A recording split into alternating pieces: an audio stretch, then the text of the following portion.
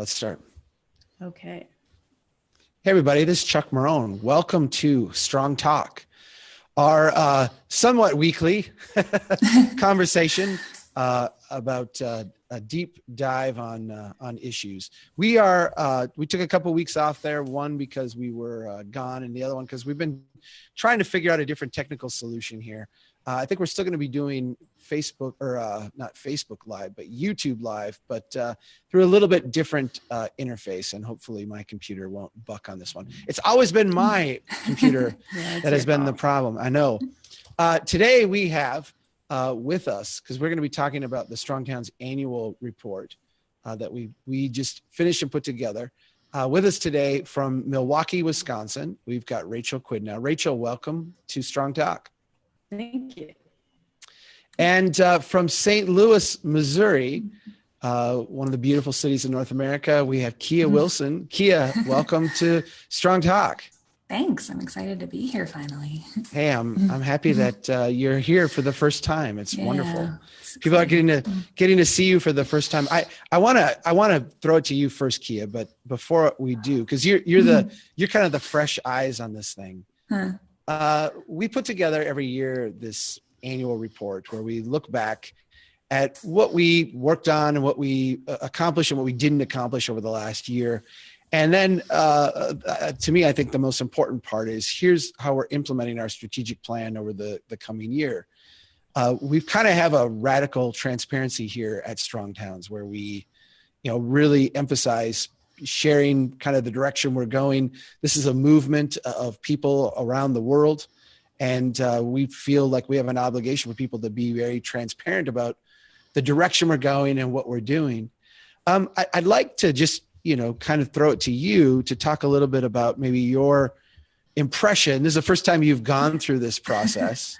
Yeah. And, what in this annual report really gets you excited? Well, I'm really excited about the things that concern me directly, obviously. We spent a lot of our time in the board meeting, which was the precursor to the annual report's release, talking about who our members are on kind of a micro level, everything from sort of how we think morally about the world to our respect to politics and what that's going to mean for the task of building strong towns. And what we resulted in was a pretty exciting plan, in my opinion, to kind of mobilize our members in particular, but all of our readers, everyone who's excited about Strong Towns, to action.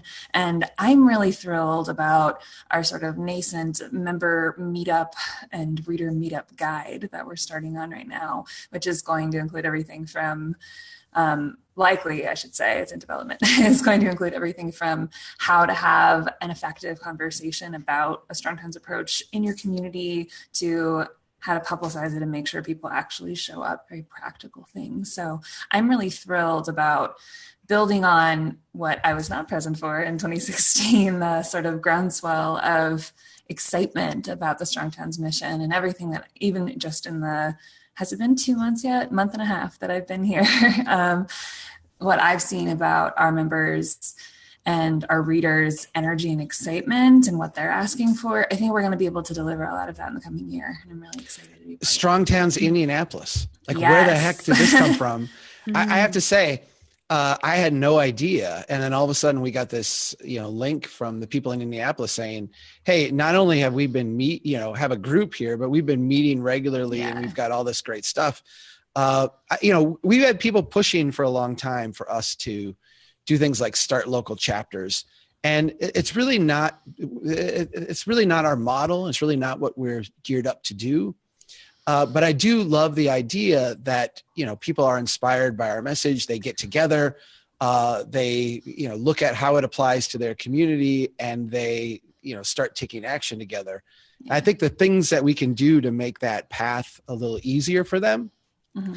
And then also, be able to highlight the great things they're doing as kind of an example to others. Rachel, maybe that's where you come in.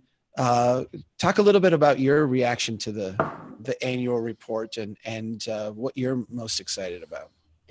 I think I'm most excited about our decision to kind of focus on action steps and getting our members to be more active and, in the past we've resisted a bit telling people how to do things in a specific way. And I think that's pretty core to our philosophy, that there's no right way to build a transportation system or do a town budget or whatever.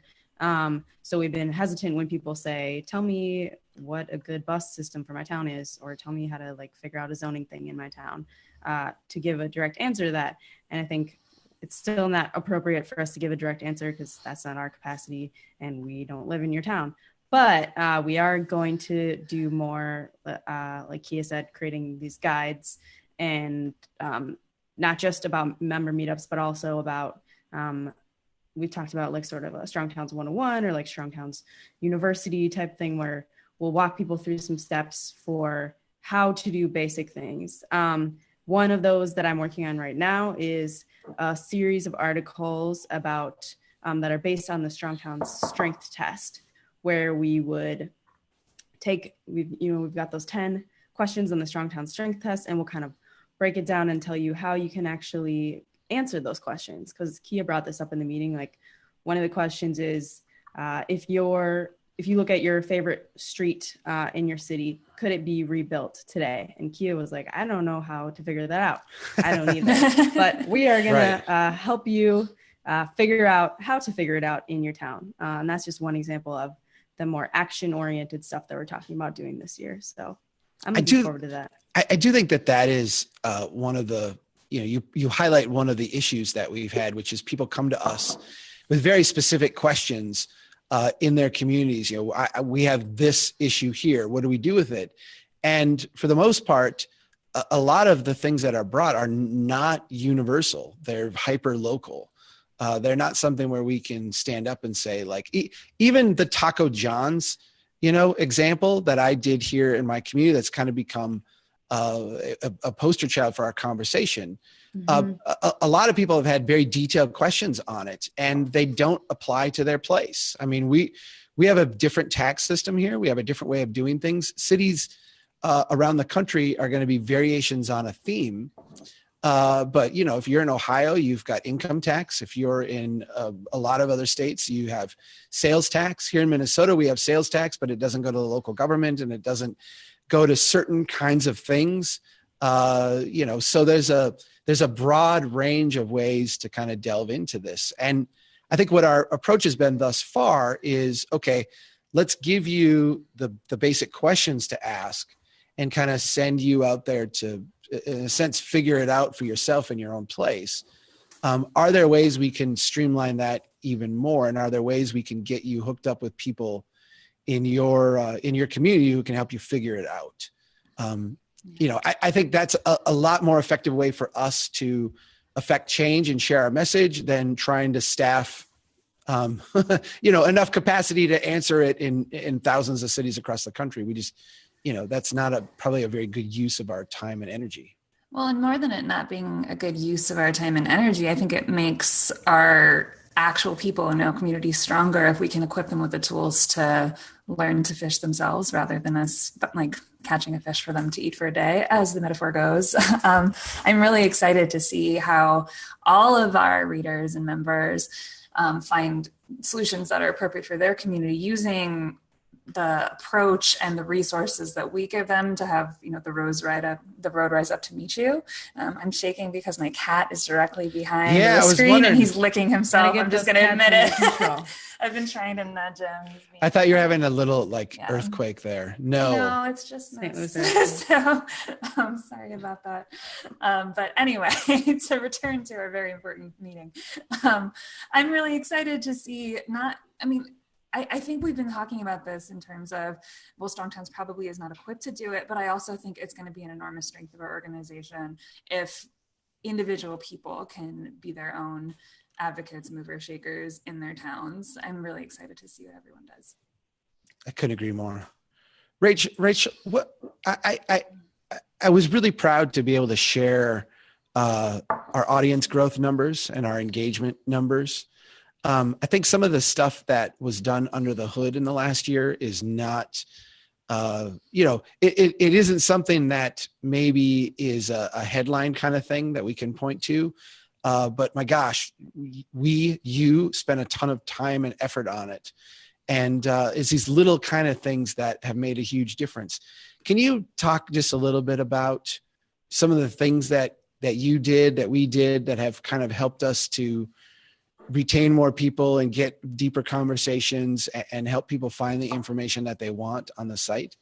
Are you thinking of something specific, like well, landing pages or like tagging or something? I look at, when you started, this was a mess in terms of like how our, people would complain, like I lost something. There was an article 2 weeks ago and now I can't find it. Mm-hmm. And, if you were reading an article on, a certain topic, there was no like related articles anywhere, no follow-up. Mm-hmm. You attack that. And it's not one of those things where it's real sexy, like everyone's going to say, oh my gosh, what an amazing thing. But we can steadily see our engagement levels climbing, and the number of people who are clicking on 3 or more pages when they visit our site for the first time is climbing. And to me, those are all attributable to these kind of attention to detail things that you've really headed up. Yeah, I think one of the most basic ones is we had implemented a system of tagging and categorizing our articles, which a bunch of volunteers helped with, going back in our archives to do that. And now if you look at any article on our site, you'll see at the bottom link to 3 related articles, and that's all like based on our tagging and categorizing system. That definitely helps keep people engaged. I think the other thing is now we have all these landing pages that I've developed as we've done different campaigns. So those are other ways to find, like, I'm interested in housing. Now we have a whole page on housing. And when you read an article on housing, there'll be a button sending you to that page, and videos and podcasts and other ways to keep learning about that topic. So yeah, I'm proud of that. Yeah, I like the fact that we've been able to deploy the grant we get from Google every month for their AdWords, and some of the money that we've been able to spend on other advertising to essentially divert people to those sites. We're seeing a lot of people come in when they're doing searches or when they're engaging in a specific topic, and then they're able to delve into that topic pretty deeply, and then migrate over to other parts of our conversation. Mm-hmm. Kia, I'm interested in your kind of thoughts. We had this staff meeting and board meeting. It's the first time all of us have been in one room together, as remarkable as that is. But you've been here 6 weeks, and Max has been here 6 weeks. We do a lot of the work like this remotely, but this is the first time we were all together. Give your just overall impression of kind of the way the group works together, and what some of our strengths and what some of our weaknesses maybe are. Wow. It's kind of hard for me to answer this question because I feel like my impression in the moment is so different than now. Because in the moment, I was like, we have a lot of really big brains in one room. We have a lot of people with a lot to say who have something really powerful in common, but come from extremely different points of views and networks of experience with which to view it. And now I have another cat climbing on my headphones. I can't put them away. They scream. There's no good answer. It's okay. Just so people know, when Kia did her interview for the position, we did the interview like this, the 3 of us, and it was Rachel and I and Kia and cats. Yeah, 2 cats. So it makes me sound like I have like 8 cats when you're at my house. So it's not that bad yet. But we knew that this was part of the deal. Yeah. When we do these meetings at the time of the day when they're like at peak WrestleMania mode. So sorry about that. But anyway, to return to the board meeting for a moment, I think that we had an incredible dialogue going on about some really interesting and fundamental things. I left and I talked to my friends and family about it, and they were like, this job is like a unicorn for you in some ways. Like, at what other board meeting would you spend 45 minutes watching a video on the like the social psychological origins of moral philosophy in order to plot how you're going to do business for the coming year. That's pretty extraordinary. And that's very you, is what people would say to me. So Sweet. yeah, and that sense has really settled in, especially as I have continued to think about some of those foundational things like the Jonathan Haidt piece that you shared with the group. And I really encourage everyone to check out that book. I've been reading it.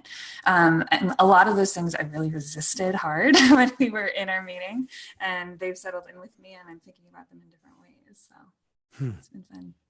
Mm-hmm. Rachel, what was your kind of, I mean, you've been here the longest besides me. Mm-hmm. You know, you've seen the growth and the change here. How was interacting with the board and, you know, the discussions we had? Because I think you saw from me, like I came into the meeting with some pretty firm ideas of things I wanted to do this year. Mm-hmm. And after the conversation, we kind of went in a different direction. And I felt really good about it, even though it wasn't what I came in thinking we would be doing. You know, as the person involved in that conversation, intimately from, you know, long back, how do you react to it?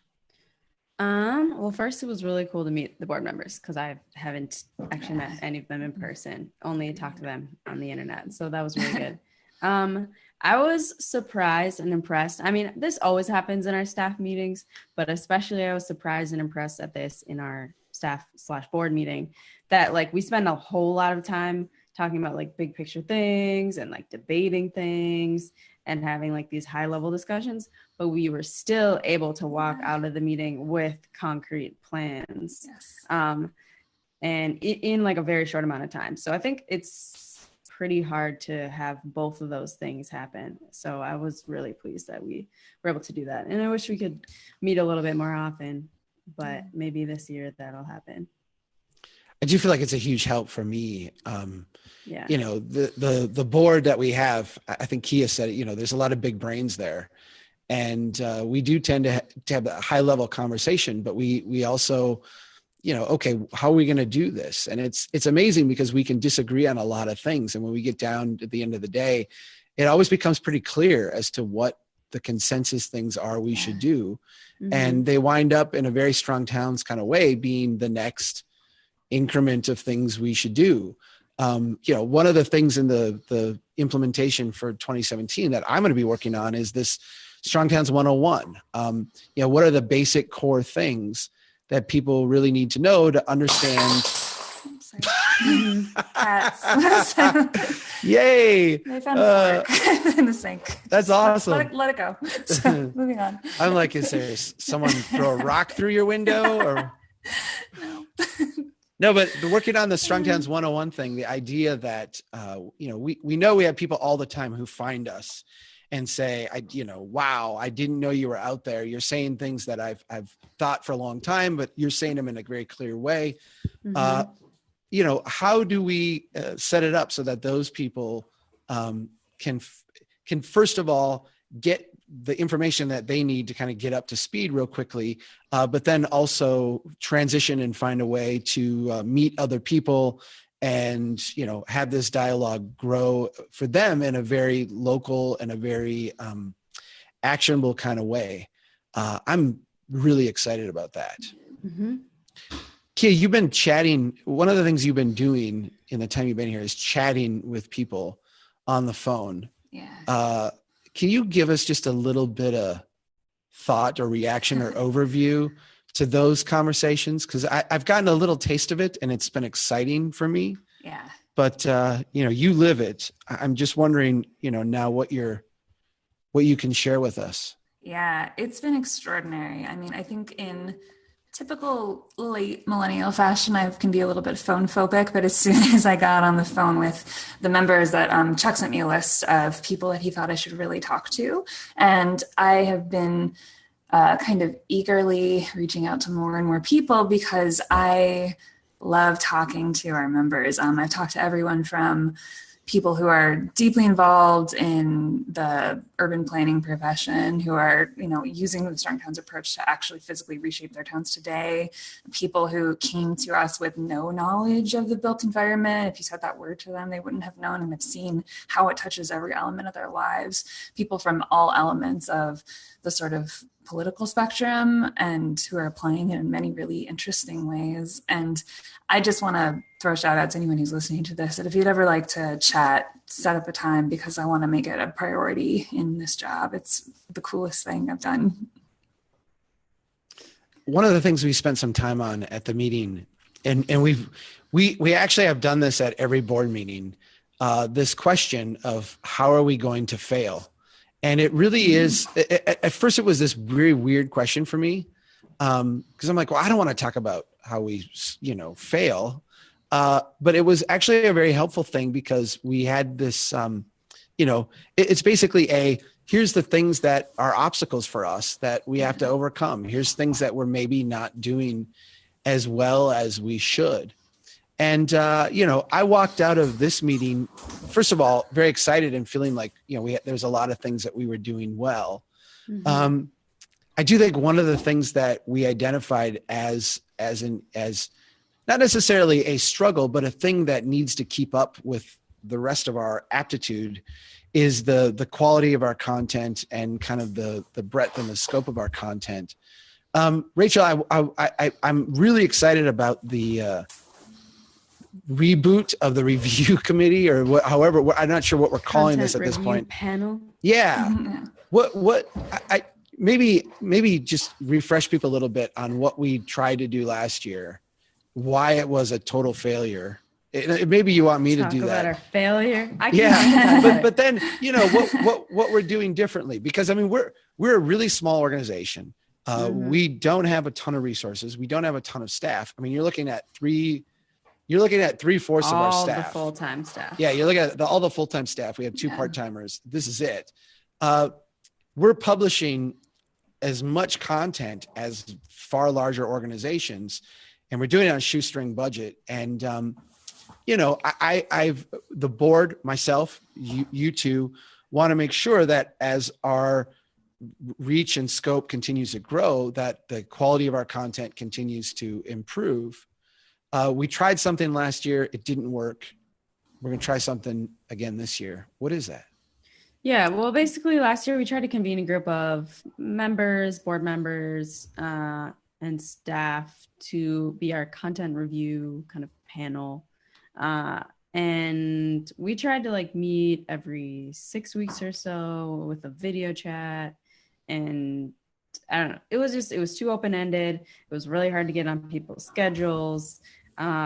People in the group maybe didn't have the time and weren't quite as invested as other people. So I felt like we were getting delayed feedback too. When you meet every 6 weeks and we're publishing 3 articles a day, that's 90 articles or something, that there's no way you can talk about more than a few in the span of an hour-long video chat. So we've changed that plan, and I actually just published this morning an invitation for people to apply to be on a new content review panel, which will just be a group of members who will have kind of an ongoing conversation on Slack, which is our discussion forum thing.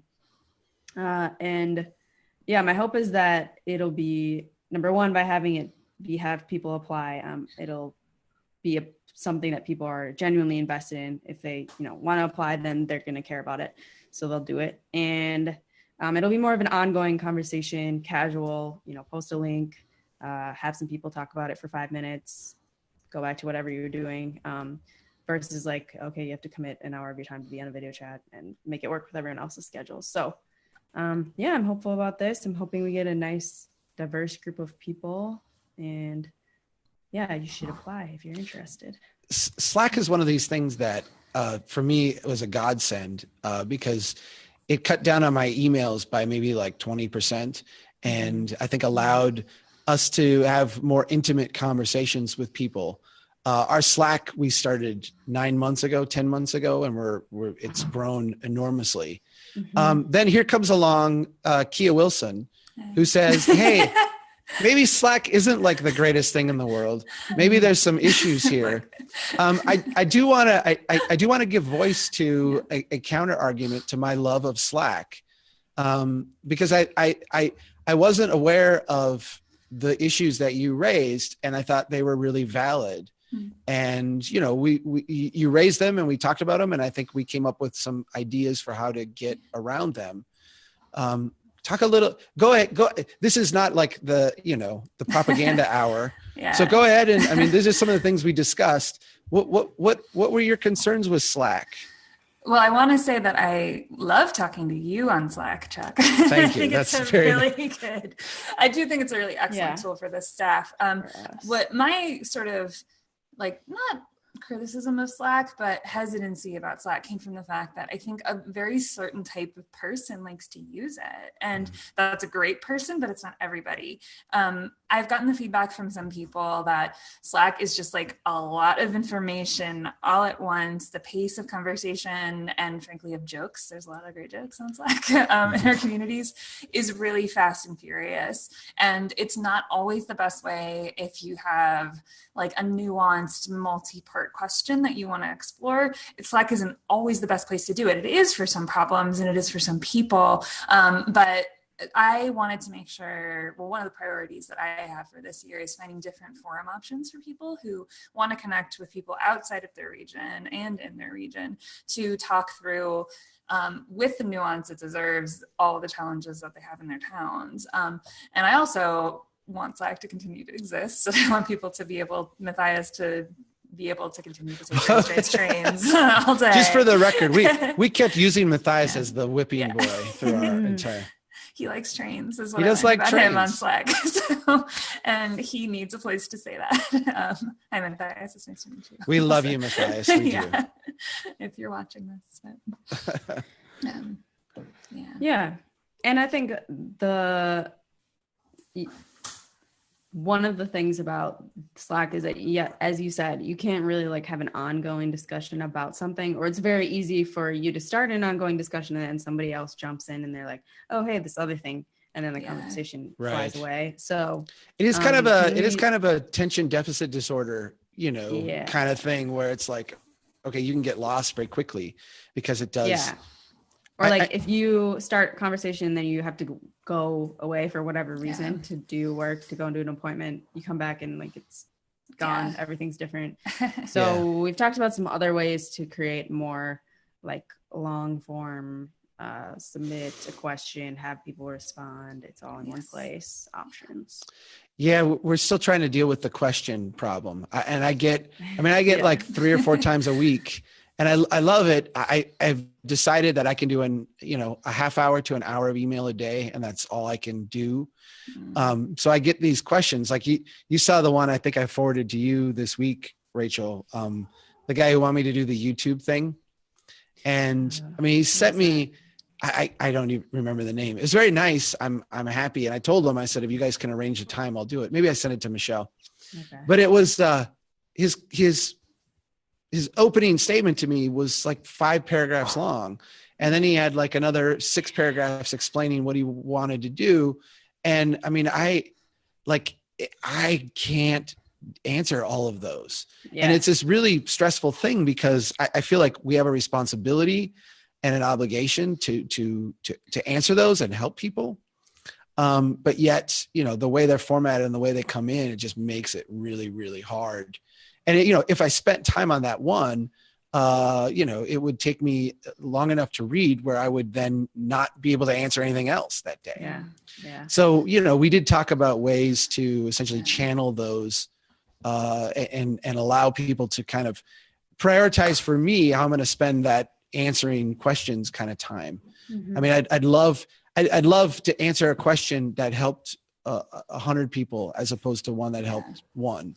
Mm-hmm. And if we can do that, that will be a really helpful use of my time, and I think everybody else's efforts as well. Yeah. And then I can find ways for that person who really needs a private forum to ask a specific question, to connect him with someone who has the time to give it the attention it deserves, I think is really what it comes down to, is Right. all of these questions are valid and wonderful, and they probably need 5 or 6 paragraphs. They probably need a book to be written about them. Exactly. Yeah. And like, to honor the full complexity of what people are dealing with and the passion they're bringing to it, we need to find new strategies, basically. So just a couple things to wrap up real quick. Rachel, Strongtown Summit, Kia, you two are both working intently on this with me contributing nothing. Can't wait for it to be done. It's a lot of work. Honest. Did I see something that suggested that we're all sold out? We're definitely all sold out. Yes. We have a wait list of at least 10 or 11 people right now. Okay, so the summit is packed, and we're turning people away. We're creating a wait list at this point. Yeah. Wow, that is exciting. That's really exciting. But I want to say that we have had cancellations, so don't be shy about putting your name on the wait list. Get on the wait list. Yeah. Please do. And please also look out for how we're going to be covering the summit in ways that you can watch from home. So you're not shut out completely. We're not turning you away. We're welcoming you in other ways. Awesome. Yeah. Yeah. The Strongtown strength test, strongest town contest. Huge hit. Is the last day. Today's the last nominate day. Your town. Yeah. All right. So we're collecting final nominations, and then we're going to roll them out soon. Mm-hmm. Did anyone from Brainerd submit yet? No. Sorry.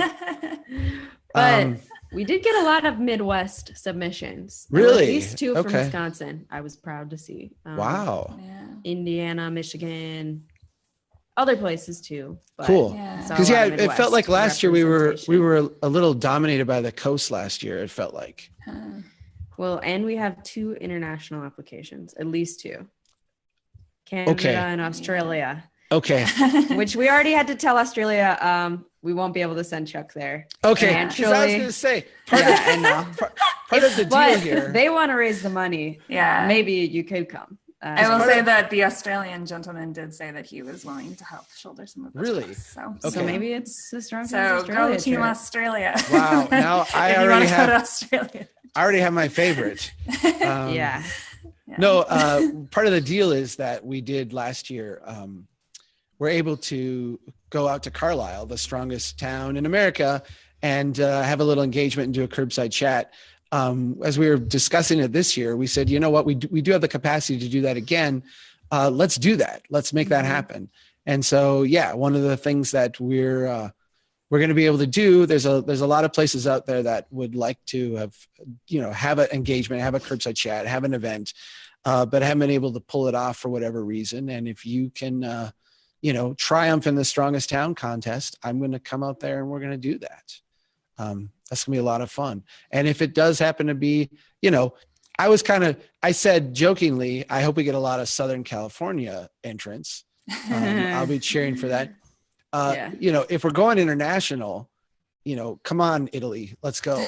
I've been to a You do lot have to of submit your application in English though, because hey, I can help translate a little bit. I've been to some Italian towns that visually would meet almost everything on the strength test. So let's go, let's go Stresa. That sounds good. If we get All right. anonymous submission for Stresa, Italy, we'll know where it came from. Really subtle. Yeah. All right, everybody. Thanks for watching Strong Talk. Thanks for listening. For those of you on the podcast, I think we may actually be able to turn this one into a podcast. We made it through an entire episode with no technical issues. So only cat issues, which are just, cute and tolerable. So yeah. Sorry about that. So thanks everybody. Thanks, take care. guys. Keep doing what you can to build strong towns. Take care. All right.